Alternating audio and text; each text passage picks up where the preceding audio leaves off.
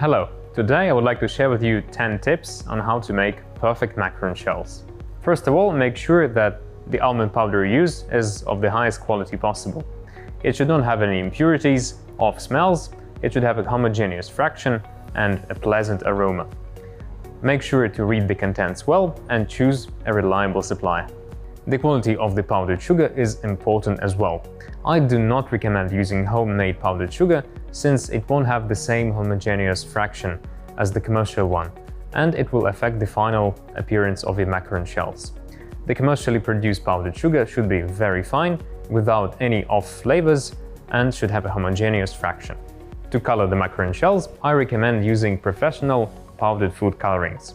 Some gel colors discolor during baking and result in unattractive macaron shells. It is important to monitor the texture of the meringue closely, since both underwhipped and overwhipped meringue won't produce any good macarons. Take care not to overmix the macaron batter, since it will become liquid and will produce flat macaron shells.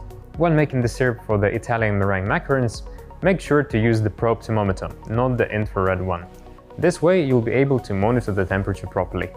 While piping macarons, use the stencil, so you can keep the distance between them and pipe the shells of the same size. The main reason for the hollows inside the macaron shells is the incorrect baking temperature. It will be quite difficult to calibrate the gas oven, so to achieve the best possible results in baking macarons at home, I recommend using electric oven.